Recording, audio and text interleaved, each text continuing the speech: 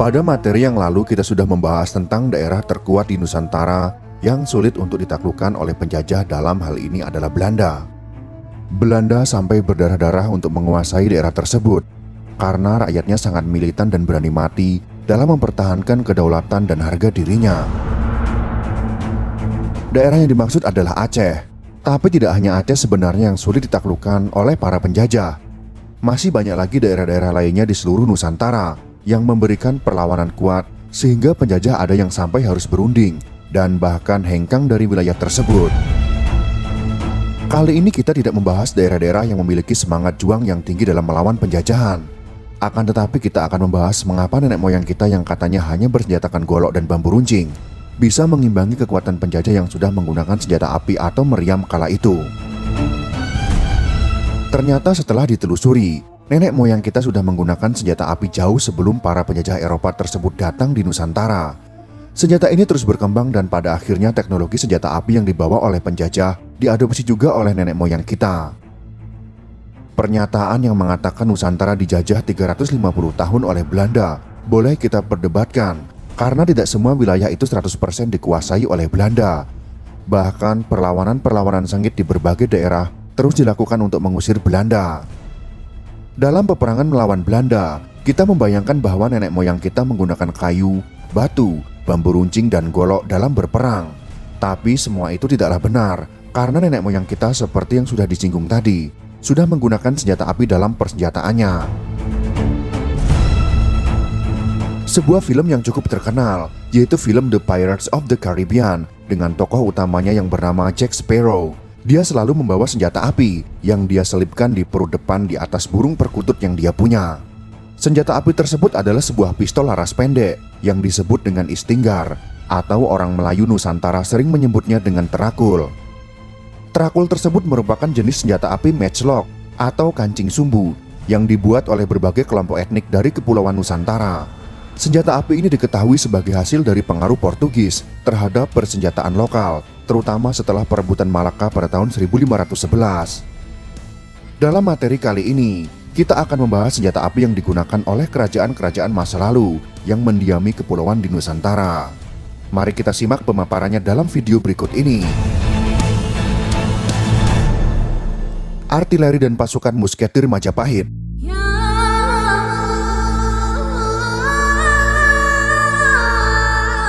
Majapahit yang dikenang sebagai kerajaan terbesar dalam memori orang Indonesia, diketahui telah mengenal teknologi senjata api. Thomas Stanford Raffles dalam bukunya The History of Java Volume 2 tahun 1817 halaman 99 menuliskan bahwa di tahun 1247 Saka, sekitar 1325 Masehi, negeri-negeri bawahan Majapahit mengirimkan sebuah meriam bernama Nyai Satomi dan beberapa meriam berkaliber kecil. Meriam kecil tersebut dikenal dengan nama Cetbang. Cetbang juga dikenal sebagai bedil, warastra, atau meriam coak yang merupakan senjata jenis meriam yang diproduksi dan digunakan pada masa kerajaan Majapahit sekitar tahun 1293 sampai tahun 1527 Masehi dan kerajaan-kerajaan di Nusantara setelahnya. Ada dua jenis utama dari Cetbang. Cetbang bergaya timur yang bentuknya mirip meriam Cina dan diisi dari depan, dan Cetbang bergaya barat yang berbentuk mirip meriam Turki dan Portugis yang diisi dari belakang. Buku A Description of the Coast of East Africa and Malabar in the Beginning of the 16th Centuries tahun 1866 halaman 198 dari Duarte da Barbosa yang singgah di Jawa pada tahun 1510 Masehi menguatkan kata-kata Raffles. Orang-orang Jawa kata Barbosa memiliki beragam jenis meriam, musket, atau senapan panjang, serta banyak senjata api lainnya. Senjata-senjata ini memiliki manfaat yang besar dan amat berguna sebagai artileri. Barbosa juga tampak terkagum-kagum sekaligus keheranan bagaimana baja-baja terbaik ditempa dengan amat cantik, lalu ditatahkan emas dan gading. Kesaksian Barbosa tentang adanya musket atau senapan panjang kembali diperkuat oleh kesaksian dari seorang pelawat barat lainnya dari Portugis. Nama pelawat itu adalah Tom Pires. Dalam kesaksiannya yang dituangkan dalam buku The Summa Oriental of the Tom Pires and the Book of Francisco Rodriguez tahun 1944, halaman 176.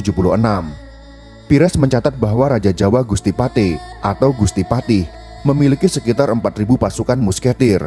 Pasukan ini dia gunakan dalam peperangan dengan raja-raja pesisir yang telah terislamkan, utamanya adalah Raja Demak. Meriam-meriam Kesultanan Demak.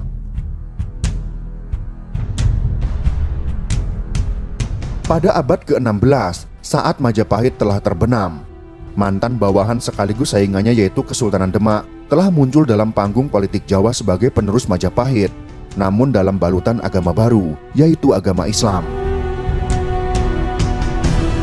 Tentu saja sebagai penerus Majapahit, Demak juga telah banyak berkenalan dengan berbagai jenis senjata api. Apalagi dalam rangka perluasan kerajaannya, senjata api merupakan senjata yang penting bagi Kesultanan Demak. Claude Guilot dalam karyanya Banten Sejarah dan Peradaban abad 10 sampai dengan abad ke-7 tahun 2008, halaman 377, mengatakan dari sumber Portugis dan lokal bahwa meriam banyak digunakan pada tahun 1511 dalam pertempuran merebut Malaka yang berujung kekalahan menyakitkan bagi Kesultanan Demak. Mengenai dari mana meriam-meriam itu berasal dan siapa pembuatnya, The Adventures of Mendes Pinto tahun 1663 halaman 378 mengabarkan pada kita betapa pentingnya orang-orang Aceh dan Turki dalam pembuatan meriam-meriam Demak. Kemudian ada juga seorang pembelot Portugis bernama Koya Zainal, berperan amat penting sebagai pemimpin pabrik pembuatan senjata api. Casey Crook dikutip dari Claude Guilot dalam karyanya Banten Sejarah dan Peradaban abad 10 sampai dengan abad ke-17 tahun 2008 halaman 380. Telah melakukan serangkaian penelitian serius. Hasilnya kemungkinan meriam Ki Amuk yang tersimpan di Banten hari ini merupakan satu dari sedikit meriam produksi Demak yang tersisa. Crook mendasarkan pada catatan Valentin bahwa Sultan Demak menghadiahkan satu meriam bernama Ki Jimat kepada Hasanuddin Banten sewaktu pernikahannya dengan putrinya. Maka meriam Ki Jimat sama dengan Ki Amuk dan diperkirakan adalah sekitar tahun 1450 Saka, yang kiranya sesuai dengan pernikahan Hasanuddin Banten pada waktu itu. Artileri Kesultanan Aceh.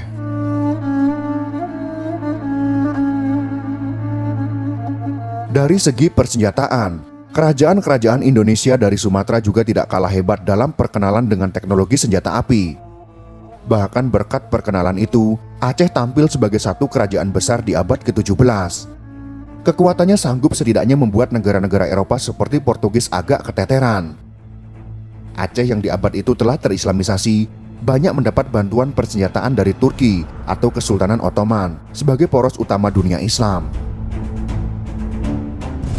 Berkat kerjasama militer dengan Turki meliputi bantuan senjata api, tidak perlu heran Aceh di masa Sultan Alauddin mampu merontokkan semua kekuatan kerajaan-kerajaan Melayu saingannya.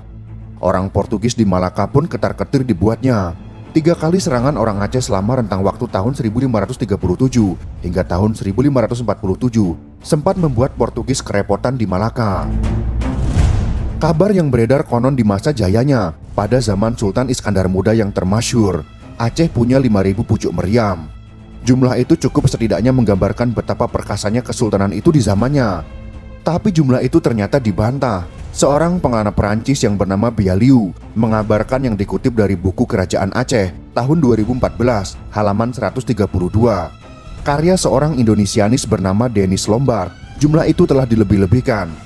Pada kenyataannya 5.000 itu meliputi 1.200 meriam berkaliber sedang, 800 meriam besar, serta sisanya hanya istinggar. Itu kata Bialiu dengan nada setengah merendahkan kekuatan Aceh masa itu. Tapi yang jelas sejarah sudah mencatat bahwa Aceh telah membuat penjajah trauma dengan peperangan yang terjadi. Buktinya saat agresi militer Belanda pertama dan kedua, Aceh adalah daerah yang dilewatkan saat itu. Orang Aceh sendiri pun sebetulnya sudah terampil menuang meriam sendiri, tapi Sultan pun akan senang apabila ada para pengelana asing yang menghadiahkan meriam kepadanya. Beberapa hadiah bahkan jadi benda kesayangan Sultan.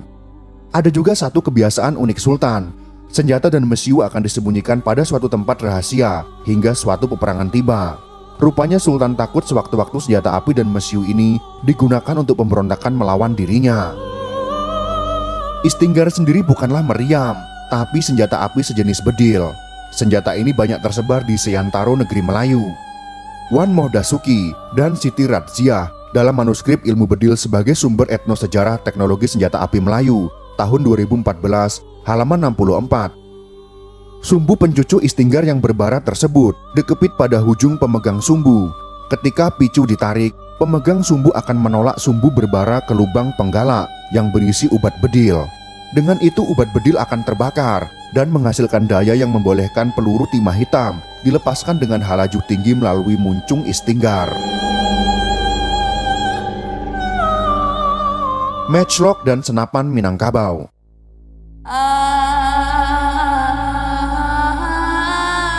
Tidak jauh dari Aceh, di pantai barat Sumatera, Sumatera Barat adalah rumah bagi orang-orang Minangkabau. Sebagaimana di Aceh, di sini orang Minangkabau juga telah berkenalan dengan teknologi senjata api. Matchlock dan senapan adalah dua senjata api yang umum digunakan di sini. Matchlock sebagaimana dicatat William Marsden tahun 2016, halaman 517. Larasnya dipadatkan dengan baik dan dilubangi dengan tepat. Terbukti dengan bagusnya bidikan mereka. Mereka selalu membidik dengan merendahkan larasnya, alih-alih menaikkan ujung ke arah sasaran.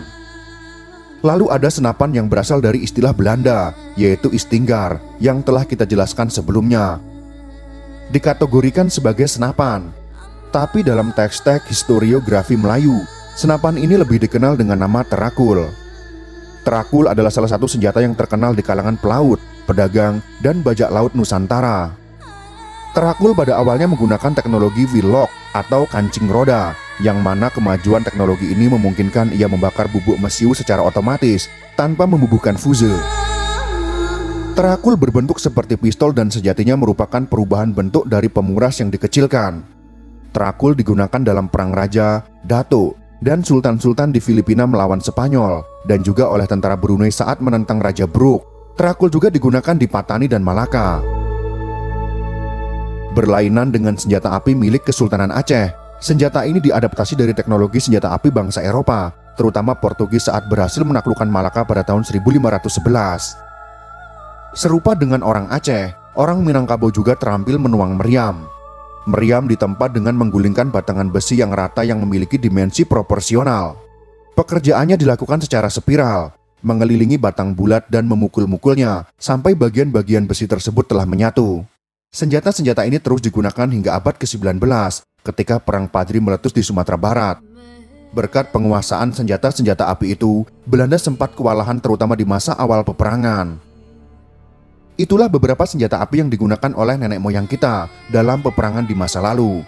Ternyata sudah sejak lama, nenek moyang kita ini sudah mengenal penggunaan mesiu untuk persenjataan.